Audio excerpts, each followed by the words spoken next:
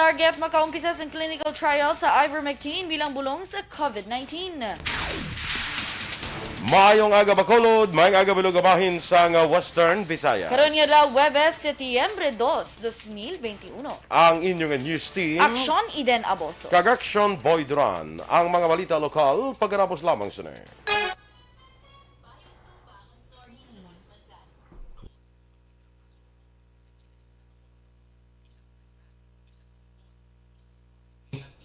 Merry Christmas! Action Hello, Boy! Merry Christmas. Regalo ko.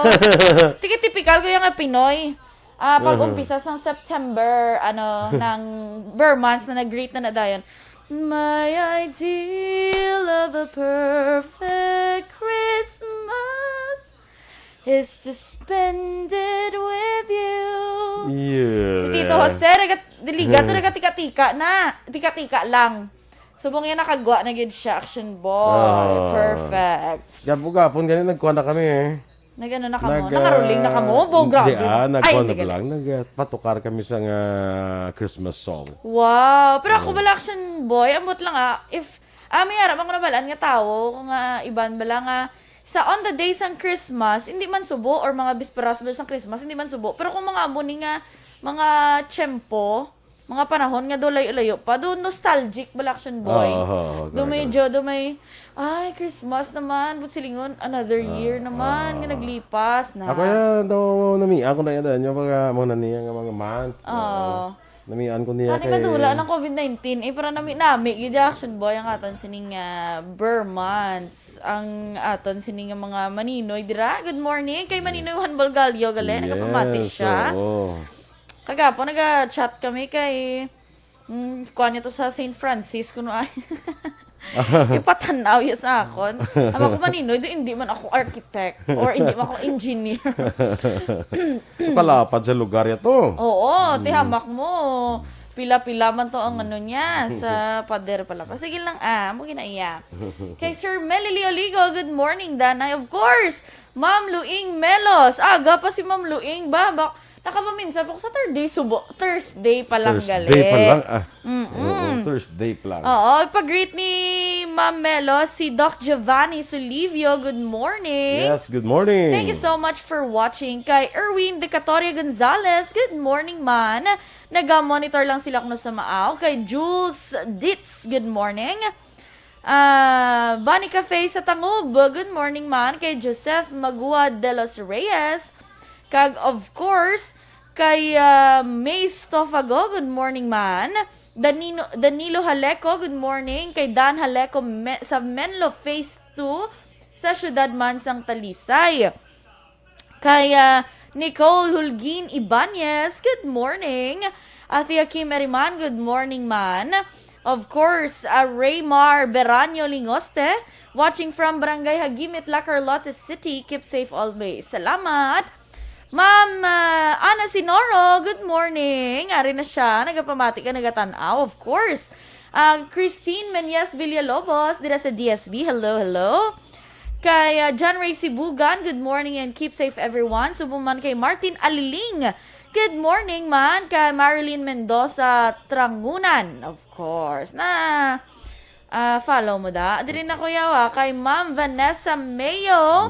Nami na di sa amon niya. Good afternoon, guys. Gani, no? Abi, ang Minnesota, isa ilobi, ma'am, sa tupad sang Talisay, kag Bacolod. Kaya nakita ko, Action Boy, actually, bala, sa may day bala? Ni Ma'am Van, ako diin ko yung kalibutan, man. May mga Renaissance festival sila yan. Wala nakamast ang mga tao. Correct. May mga concerto in the park. May mga car show. I mean sa aton, may mga amuman Action Boy, pero limited lang bala. Nag-ilistoryanay pa nga, tiyan naman, ipagwatan ni sa social media, bas akigan ta. Amo niya mo to. Damo sa mga consideration, galing kay... Ano pa, hindi ta na makita ang imong mga tsura sa mga mga beach. Bala. Oh my goodness. Mga tupis mo. Oo, naugit na to gani akong tupis. Hindi, away na ugit. Away lang picture. Naugit kayo, wala nagamit? Nagamit, pero may picture. Wala gi kuya ka pa picture kay wala mo gid ya. kadtuan. Ay, kaluluoy man. Kasad. Sige. Kay, di ka na, Elvira Helogo, good morning man. Marilo Kahilig, kag dira kay Miss Jinky de Lagdon, good morning man. Kag kay Mr. Beboy Villasor, kag kay Ma'am Van Mayo, kag Dr. Matt Mayo, Noel Omar, Alex Montesa, Melili Oligo, Michael Jun Season, kag sa tanan ng members sang Energy Fans Club. Good morning sa inyo. Yes, good Ana morning. Sinoro, maing aga man dira sa La Carlota. Jamie Aportadera Perez sa Barangay La Granja, La Carlota City. Belated happy birthday kuno kay BTS Junscook. Super great naman ba? Ha? K-pop. Ha? K-pop na. Aw, Idol na ni Marnie. Pangimal, ikom na sino. Di, akatanta. Mas iba sa Di pakano. na kay happy belated man na. Happy Tapos ay, naman belated. na. Oo. Ano na sa mo? K-pop. K-pop. O, sige. Kadlaw ka rin, super great na. Si Marnie lang na makarelate. Kay sige. Idol, yan na. Kay Micaela Camilia, good morning man. Benji Galvez, sa sitio Alulong, Barangay Buenavista, Himamaylan City.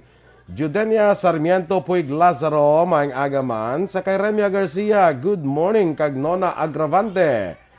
Kay Ja Esconde from Moises Padilla. Kag, of course, kay Rochelle Fulgencio Susana, dira sa DSB. Yes, Sige. thank you so much. Ma'am Jinky de Lagdon, good morning, man. Standby na sa mga balita lokal.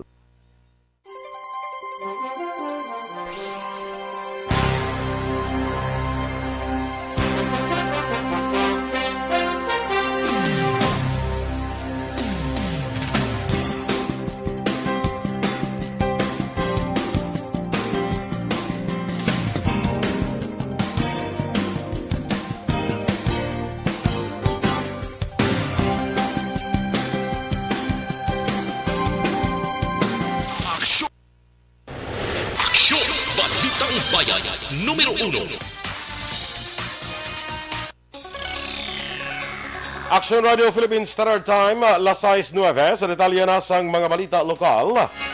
Nagapadayon ng search and retrieval operation sa La Castellana DRRMO angon sa isa ka lalaking report nga missing matapos naglumpat sa suba sang Induruyan sa barangay Sag-ang, Banwa sa La Castellana.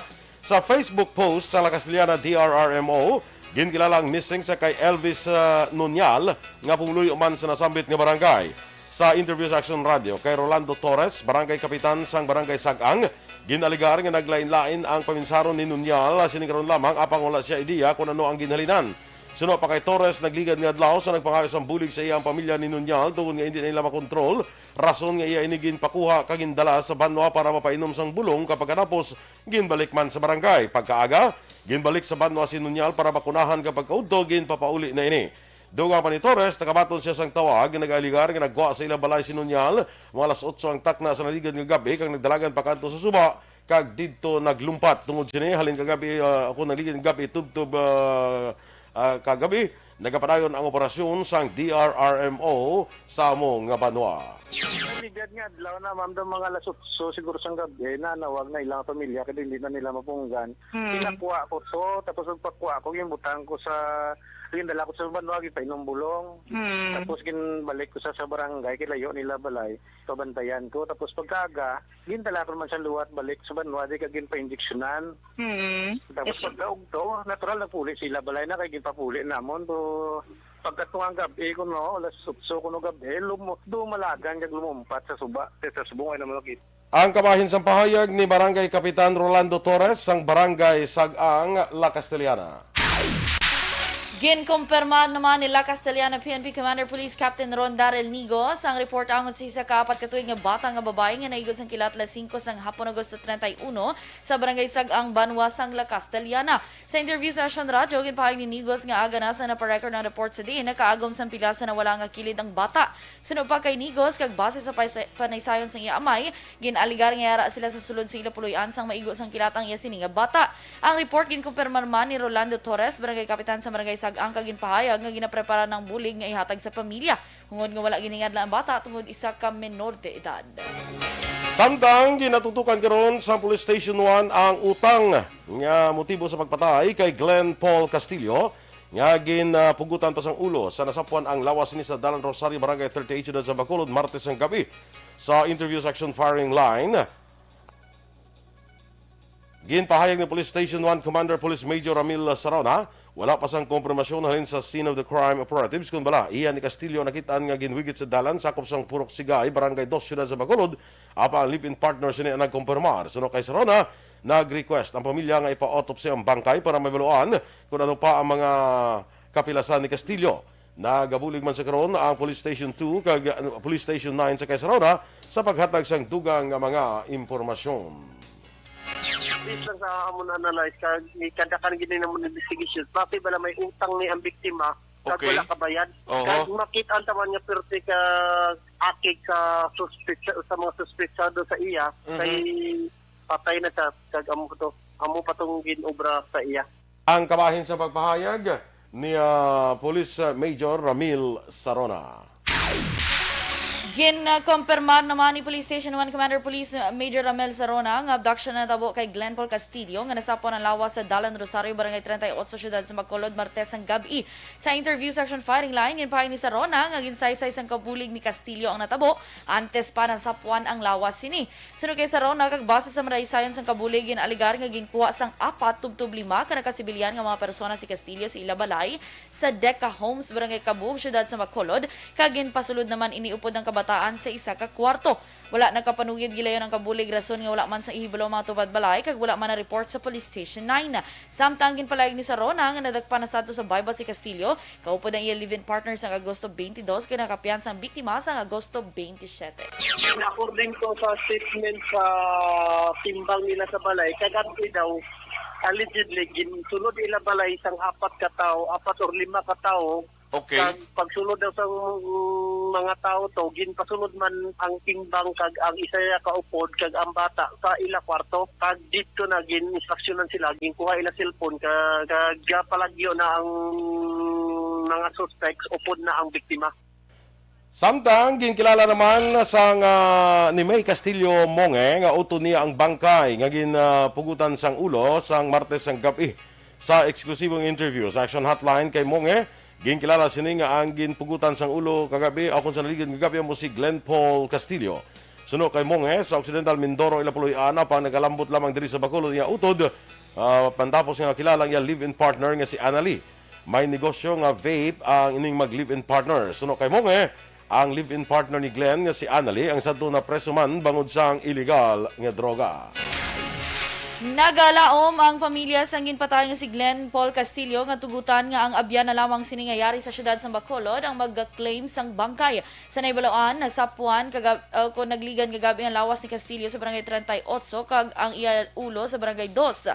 Sa interview, ginpahag ni Vic Francis Adorio, isa sa malapit nga abyan ni Castillo kag sang pamilya, tungod sa kabudlay sang proseso kag ginaimplementaran ang restrictions sa NCR, mabudlay sa pamilyang pagbiyahe agud maklaim ang bangkay. Sunod pa kay Adorio, pabor man ang pamilya ni Castillo kung i-cremate na lamang ang bangkay kag sa karon nagapakig-angot si Adorio sa abyan ni Castillo nga yari sa Bacolod kamo nagaasikaso sang tanan para sa pwede mahimo agud mag-claim ang bangkay.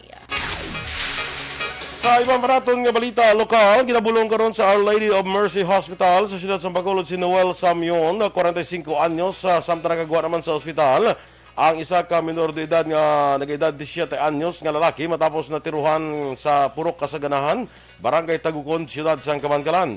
Sa inisyal nga pagpangusisa ni Police Lieutenant Dennis Melgarejo, sakay ang mag-amay sila motorsiklo pauli na kuntani sila puluyan sa Purok Kalubihan sang ginluthang sa wala makilala nga persona gamit ang 12-gauge homemade shotgun. Si Noel Samyon nakaangkon sa pila sa likod sa isang lawas kag tuo pang abaga samtang bata sini nga 17 anyos nakaangkon naman sang pila sa abaga kag nakagawa naman sa ospital. Away sa duta ang ginatanaw karon nga motibo kon rason sa sining pagpangluthang. Sa katapusan nga balita lokal, priso naman sa custodial facilities ang Isabela Municipal Police Station ang 27 anyos nga bata matapos ginlabo sini sadtong Martes ang gabi ang iya amay sa Barangay 55 Banuasang Isabela. Ang biktima ginkilala kay Alexander Salibio Sr., 50 anyos, samtang suspetsado ginkilala naman kay Allen Salibio, lunsay residente sang among nga lugar. Sa inisyal nga pagpangusisa ni Police Captain Ryan Villasario, ginaligar nagsabtanay ang mag-amay samtang nagainom sa makahulubong nga ilimnon kag wala sang ano pa nga rason hungod nga ginlabo sini ang iya sini nga amay. Gindala ang biktima sa Ignacio Arroyo Memorial District Hospital matapos nakaangkon sa pila sa lawas. Antes gindala sa Corazon Locsin Regional Memorial Hospital sa siyudad sang Bacolod. Sa pursuit operation sa mga kapulisan, tigayon nga natagpan ining si Allen. Aligasyon nga pagbakal sang Administrasyon Duterte sang overpriced nga PPE ginpanghiwala sang Malacañang. Samtang Pilipinas target makaumpisa sang clinical trial sa ivermectin bilang bulong sa COVID-19. Ang detalye sa mga balita national sa magbalik sang Aksyon, Balitang Bayan, Numero 1. Do not just throw away questions and statements. Kasma ng aton sining Facebook page pagiya sa Aksyon Radio. Ladies and gentlemen, this is Aksyon Radio Bacolod. Aksyon Radio Bacolod, number 1. Nagpanguna ang Aksyon Radio Bacolod sa pinakaulihing survey sang nilsing nga kakuha sang commanding radio station share para sa fourth quarter sang tuig 2020. Kami nagapasalamat sa aton mga kaaksyon sa padayon nga pagsalig kag pagsuporta. DYAZ Aksyon Radio Bacolod, number 1 with 40.10% radio station share. Number 2, Bombo Radio, 38.70%. Number 3, RMN Bacolod, 14.50%. Aksyon Radio Bacolod, number 1. During this crisis, the result of the survey proves that Aksyon Radio Bacolod serves the public best and will continue to give you the best broadcasting activities. Madamo nga salamat mga kaaksyon for making us number 1. Aksyon Radio Bacolod, number 1. Ang elementary nga evacuation center na concern din baha man. Uy, kasi pinagaman-apat kumansaka ang tubig. Actually, ko po Medyo mataas na ang tubig. So, ulat natin nga Pagsuwat nga ng traffic to or ng traffic dito sa sulod ang mga continuous rain ang nag-isang sa factor sa pagsaka sa sining tubig sa subong. Hunyo 4, 2021, sang formal na ginanunsyo sa Pag-asa ang panahon sang tig-ululan o kon rainy season sa Pilipinas.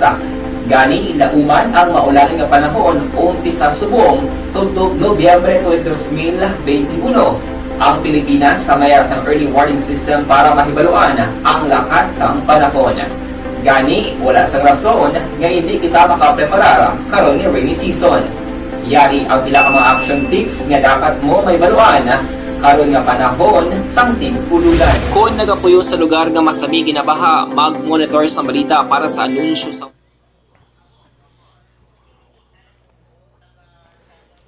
Good morning, Mandira, kay Ricky Serino sa Don Salvador Benedicto, no? Kay Father Ember, good morning. Nicole Hulgin Ibanez sa tanan ko nung kawayanon, mayang aga. Jan Lastiere, good morning sa imo amigo Jan. Kay classmate ko Melissa Montinola, good morning. Kay Annie, kay Erwin, kay Jerry, kay Melinda of course, no? Angel Ricoperto, ina-greet lang ang iya mother si Hedy kag sister nga si Risa Zamora Ricoperto sa Sacramento, California, no? Che Zamora, good morning man sa imo classmate. John Vicente, kag ang pamilya Vicente, halin ini sa dira sa Carabalan, Himamaylan. Teresa Linaha Kayaw, good morning man. Alex Fuentes, sakay Lulit de Alagdon, kag Joe de Alagdon, kay Jane Nagor, Jen de Alagdon, kay Rina Villaflor, Aldrich John Apil, kay Rose Villaluna, Florence Mallorca, Refuela, Joan Asnefque, Refuela, kag sa tanan nga mga pamilya dira, no? Ni si Miss Jinky de Alagdon. Philip Isulat, good morning from Buen Retiro, Talisay City. Kay Maria Teresa Ofelenia, John Serna, watching live from San Enrique. Kay Renido Aldea, watching live from Manalimsim, Hinubaan. Oy mga taga Hinubaan dira, maayong aga sa inyo ha. Ephraim Arus, good morning man dira. Saka Sales Letson, Kay Ray Baryoga, kag ay good morning sa akon friend si Deborah Natalia Espinosa Singson. Ngalan, no? Wow, ang daming friend. Ang dami sa ngalan bala Deborah Natalia. May araman na may teleserye ko ginatanaw ligan Deborah ang yan. Kay Deborah. si Deborah tudo pang bulong na siya. Hindi. Ay wala. Doktor ni siya nga. Sa education niya. Ay doktor. Tiga pang bulong siya sa kamango sang joke. Joke lang na. Mas ma-trending ko ba. Jamel Florendo, good morning man. Kag stay safe man dira, no? Oy, ihada ko Maria Rivera Murayama. Watching sa inyo while galuto pamahaw. Ay tahan na all galuto. Tani mo kalambot ding Sana all galuto. Sana all galuto. Ako actually ligad sang Friday maluto man ko tani galing may savior ko nakita sa dalok. I'm so touched. Tingnan gari ako day ikaw tuhaw. Ay gani waya. Wala abi ko na. Ano nakilig ka lang? Wala lang daw. Okay Doon lang na kuya. appreciate mo man ang nagbulig sa ako. Correct. Perfect. Pasalamatan tin na siya kay bulahan sa nga tao. Abi ko bulaon. Bulawan. Grabe bad of gold. Jessil Franco, dira sa may Maaw, no? Good morning sa imo, Giselle. Reynard Halandra, sa Halandra family. Good morning, man. Sige, kada na yun. Kay, di rin ako kay Jamel, tsakto da. Florendo, good morning. Tika mo na diyan sa pasunod, kuya. After na si Greg Justiniani Puertas. Okay. Watching from South Korea to Hay Point, Australia. Ano ba silingon man? Watching from, kuha ni siguro, sa barko ni sa siguro. Okay. Cruise ship ni Guro. Perfect. Alam mo ba Lori May Sarol Kapulot, good morning. Kay Alex Kapulot from Sipalay City. Inta-inta, magbasa ka. Kay Jean Mar Tagle, Tamyo Yalang Family Tagle, dira sa may Barangay Palaka, sa may Valladolid. Yes, good morning sa pamilya Tagle, no? Oo. Kay migo tada Melchor Baroca Rumbines. Sa Hinubaan. Hinubaan. Kag ang Alagad Radio. Yes, Good of morning. course. Sa kay Alagad Kevin Henry. Kag kay si tito mo. Tito. Phil Alonsagay. Tito, Phil, alon sa kag sa akon Maninay. Maninay Eleanor Fukuda, good morning. Kag, of course, Maninay Juan Bolgallo, kag kay Maninay Alma, dira sa Las Vegas. And of course, Kita ko bala sa picture ni Maninay mo Alma sa mga 2021 siguro. Hindi ko tingala ko nga daw tingala ko siling ko nga daw maanog si Migo Juan Bolsi mo kay. grabe no. Perfect. Perfect body with a perfect smile. Nagmisilay na sa bala mo. Wow, ako miss purok lang, purok paghida. Miss Panit Dulce kat ka na. Panit Dulce. So, Miss Panit Dulce meron na so nga beauty contest nga ang sa chimpo mo pa to ang ginapadamo-damo Panit Dulce. Ang madamo pinakadamo Panit Dulce mo na siyang ma-miss. Mo na? Mayara na sa una ya. Panawag si mo, Miss Panit Dulce. Ayaw mo na, kalaway ba? Dugay mo tapos sa pandemic, hapon, hindi ko na talaga kaya. Taguligan Ray Canilas sa nagakape siya sa Tangga Monitor. No? Wow, sana all. Sa kay Pangga Rehinio, good morning sa imo. Kag kay migo ta Rumel Gallo. Dira man sa Las Vegas, Nevada. Kumusta ka dira migo? Sa subong nagbalik na to siya no? Dasun mula na rin man na di siya. Balik naman siya. Sino wala lang COVID? Wala na siya balik lang sa Blaya. Kasi ka teleport. So, may areglahon lang to pero balik na di siya sa bulan naman no? Sige. Dira sa kay Jean Boarom sa Bago City. Good morning man. Virgil Legaspi Coloso, no?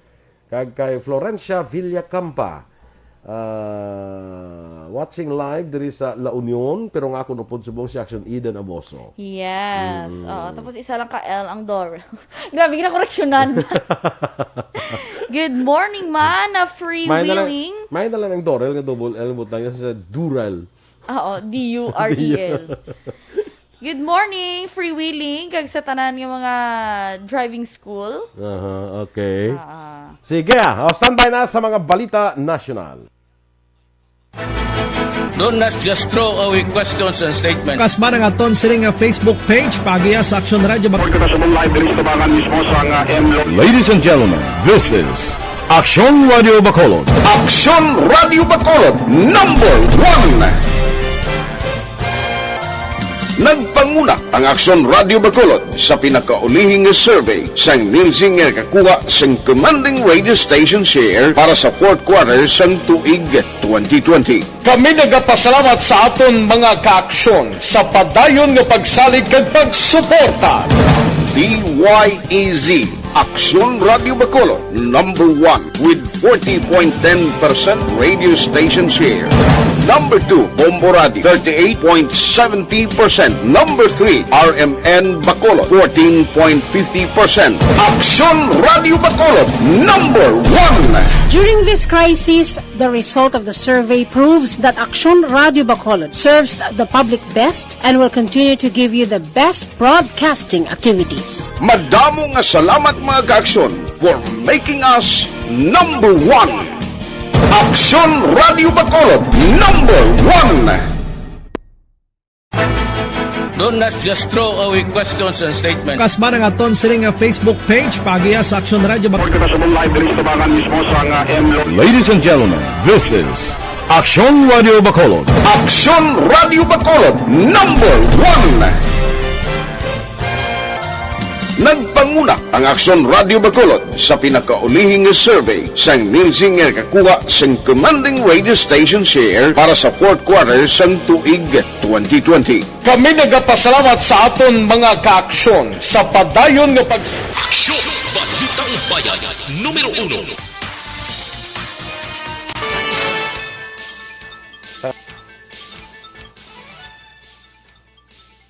Aksyon Radio Philippine Standard Time, las 6:29 sa detalye na sang mga balita nasyonal. Ginpanghiwala sang Malacanang nga nagbakal ang Duterte administration sang overpriced nga personal protective equipment balor 1,700 pesos sa kada isa sa panahon sang pandemya. Kag insister nga ang Aquino administration ang nakabakal sang PPE sang mas mahal pa nga presyo. Sunod kay Presidential Spokesman Harry Roque, nagbakal ang Aquino administration sang PPE sang masobra 3,000 pesos sa kada isa sa 2015 kag 2016. Ginatumod ni Roque ang 8.6 bilyones pesos nga face mask, face shield kag PPE sa ginbakal sang gobyerno sa panahon sang COVID-19 pandemic gikan sa kompanya nga Farmally nga ginapaydalom sa karon sa pag-imbestigar sang Senado. Target naman sa Pilipinas nga magkaumpisa sa clinical trials sa veterinary drug nga ivermectin bilang bulong sa COVID-19 sa tunga-tunga sa Setyembre. Ginanunsyo sa isa ka opisyal sa Department of Science and Technology kasunod sa kontrobersya angod sa pag-usar sini nga bulong. Sunod kay Executive Director Jaime Montoya sa DOST Philippine Council for Health Research and Development, inaulat pa sa ahensyang approval sa Ethics and Review Panel angod sa methodology sang pagtuon. Nag-abot naman sa Pilipinas ang dugang nga 3 milyones ka doses ng COVID-19 vaccine nga himo sang Sinovac. Naghugpang aeroplano nga may dala nga bakuna sa Aquino International Airport Terminal 2 sang Martes sang hapon. Ang panibago nga batch ang nag-abot nga bakuna ang ginbakal sa gobyerno sa Pilipinas. Base sa datos ng Department of Health kag National Task Force Against COVID-19, tubtob sang Martes, Agosto 31, naglambot na sa kabilugan nga 33,099,392 ang kabilugan nga bakuna na sa Pilipinas. Depensa naman ni Vaccine Czar Carlito Galvez Jr. ang gobyerno sa desisyon nga ipadayon ang pagbakal sa Sinovac COVID-19 vaccine sa piyak sa ikasarang sining nga variant sa mga variants ng coronavirus. Sunod kay Galvez, tanan nga bakuna ginausar sa Pilipinas lakip ng Sinovac ang nagkakuha sang approval para sa emergency use ang World Health Organization. Subong man, ginpahay ni Galvez nga epektibo ang bakuna sa pagpugong sa mas severe nga infeksyon kag hospitalization. Ginpahayag naman ni Health Undersecretary Leopoldo Vega nga may 120 mil kay healthcare workers ang magabaton pa lamang sa ilang special risk allowance. Sunod kay Vega, ang kadamuon sa gina-project nga eligible healthcare workers nga makabaton sang SRA nga ginpasa sang Department of Health sa Kongreso ang yara sa 526 mil. Duman pa ni Vega, natagan na sang SRA ang malapit 379 mil kay healthcare workers kang masobra 20 mil kay sa karon ginapreparahan naman ang para sa masobra 100 mil kay healthcare workers. Ginumpisahan sa DOH ang paghatag sang SRA sa dumbulan sang Hunyo para sa mga healthcare workers sa pampubliko kag pribado nga mga ospital. Ginpahayag naman ni Health Secretary Francisco Duque III nga mangin kwalipikado lamang sa special risk allowance sa mga healthcare workers nga may indirect exposure sa COVID-19 cases kung ipaagi sa lahi bangod kun hindi mahimo nga i-question ng state auditors ang gingastuhan. Sa budget deliberations sang Kamara gintalakay ni Duque ang probisyon sa layis ng Pilipinas nga ang healthcare workers lamang nga may direct contact sa COVID-19 cases ang kwalipikado para sa SRAs. Sa ribaloan madamo nga healthcare workers na nagreklamo bangod wala pa nabato ng ila allowance para sa ila serbisyo sa panahon sa COVID-19 pandemic. Aksyon Radio Philippine Standard Time, 6:32. Ginalikawan mo bala magbalik ang hepatitis nga nagtugas ang pagubag sa imo?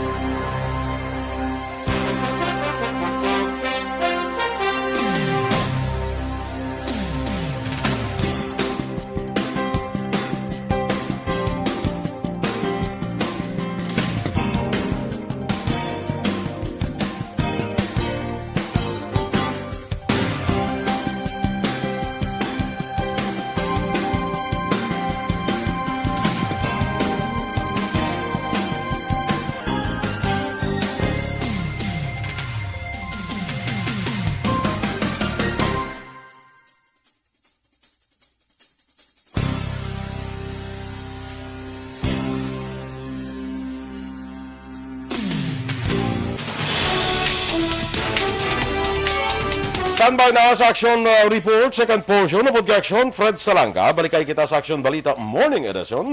Upod gapon sa inyong news team. Aksyon, Eden Aboso. Yung Aksyon Boy Duran. Una sa balita, una sa aksyon. Sa Bacolod Aksyon Radio. Aksyon Radio.